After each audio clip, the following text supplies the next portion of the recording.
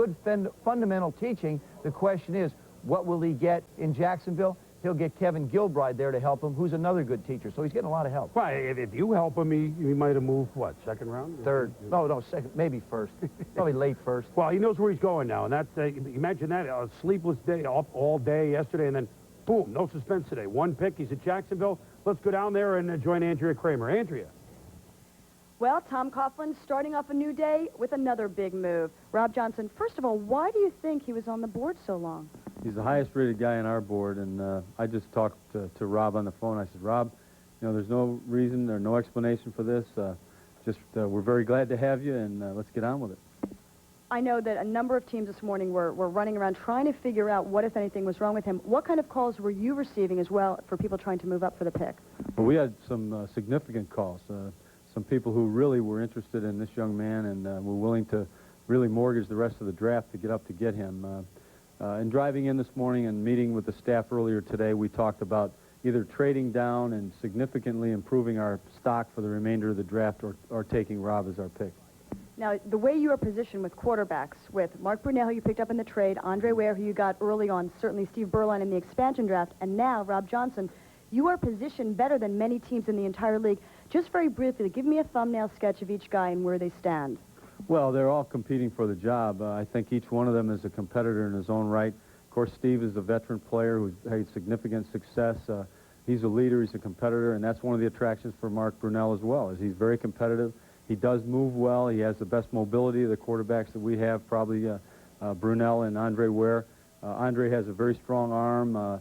You know, he throws the comeback extremely well. He has athleticism, very strong. Rob Johnson I was really attracted to Rob as an athlete in the workout, the personal workout that I had with Rob. He threw the ball very, very well. He's a great personality. He's very interested in what's going on. He asks a lot of questions. Inquisitive young man who has good height and a real strong arm. So we're looking forward to that. Now, Steve Berline told me yesterday, I am the starter. Is he being too bold? I mean, you want that cockiness in a quarterback, certainly, but have you assured him of that, or does he have reason to feel assured of that? Steve's a heck of a football player and a great competitor, and we're going to make it interesting and challenge each one of the individuals in our program, hopefully. We do have good competition at that spot, and let the best man be the guy. Very briefly, more moves today? You're going to try to move up? Well, I think we'll probably try to move up. Depends on who we isolate as our next couple of choices. Okay, Coach, thank you very, very much. Chris, let's head back to you. All right, Andrea and Coach Coughlin, thank you. So Rob Johnson now, and you saw the depth chart with Jacksonville. Unlike the first round where teams have 15 minutes between every selection, the second round where they have 10, rounds 3 through 7, they have 5 minutes, and we have half dozen picks that have been made here in the fourth round, and we'll detail those. No, we'll tell you what, let's take a look now. Rob Johnson, we told you Jacksonville. If you're scoring at home, San Diego took Chris Cowart, linebacker Florida State. Michael Roan, tight end Wisconsin, goes to Houston. Sam Maid in the shade to Cincinnati. Larry Jones running back to the Skins. We'll be back.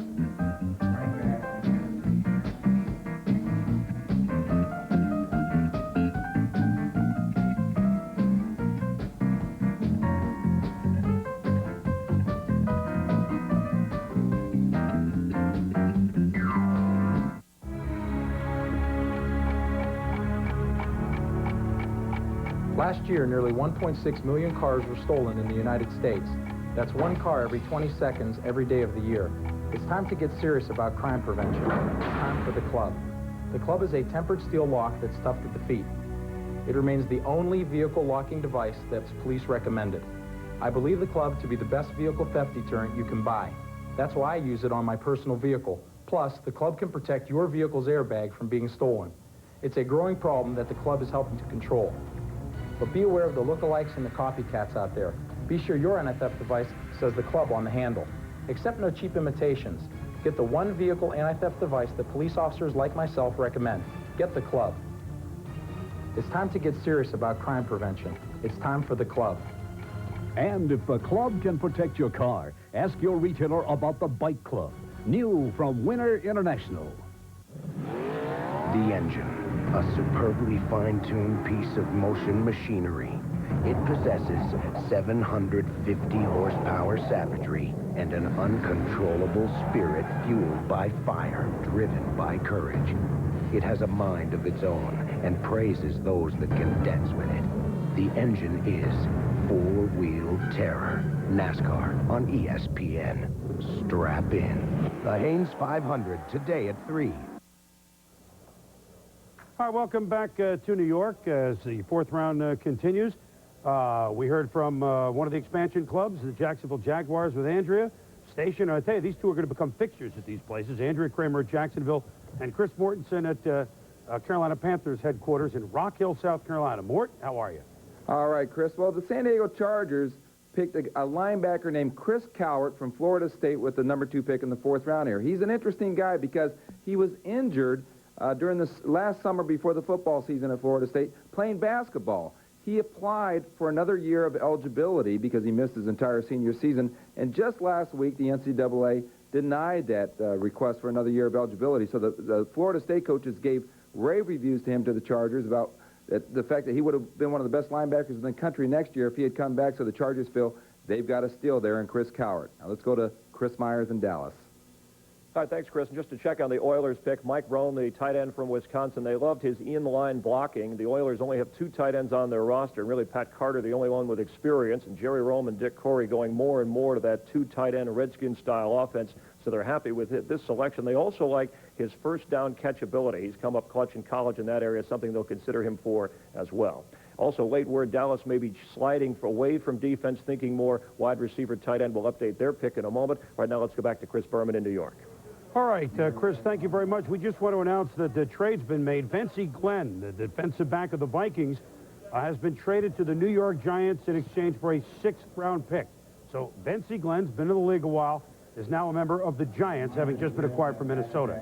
Let's acquire Coach David Shula of the Cincinnati Bengals, who's on the line with us now from Bengals headquarters. And, Coach, when did it become apparent to you, take us back before Saturday now, that your team, Mike Brown and you guys, had the opportunity to move all the way up, and that Ki-Jana Carter would be a possibility? I mean, did you do a somersault when that became apparent?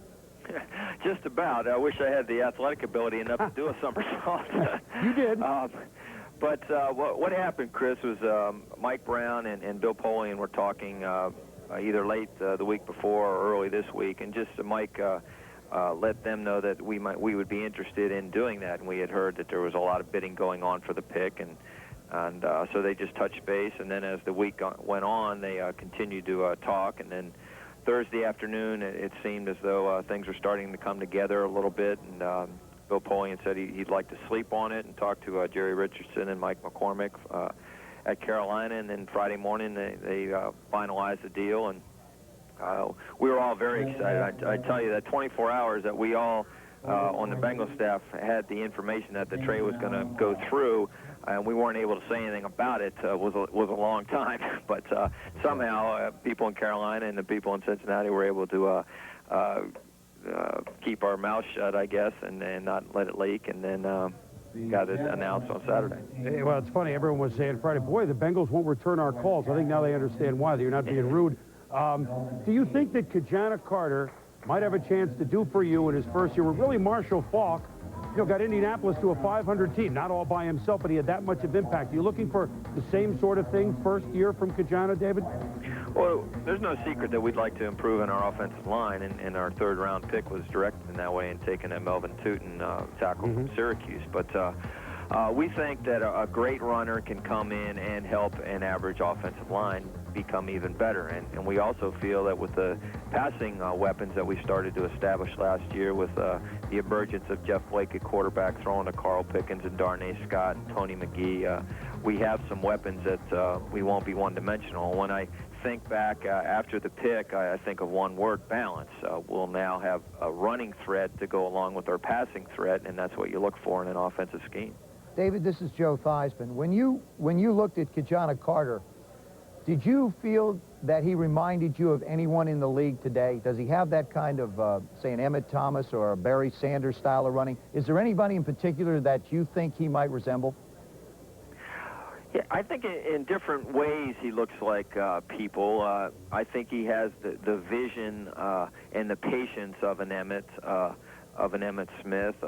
He has more speed than Emmett does, and he's very strong and powerful, like Emmett. But he's got to go out and establish his own style, which he did at Penn State, and that's what he's going to have the opportunity to do here in Cincinnati.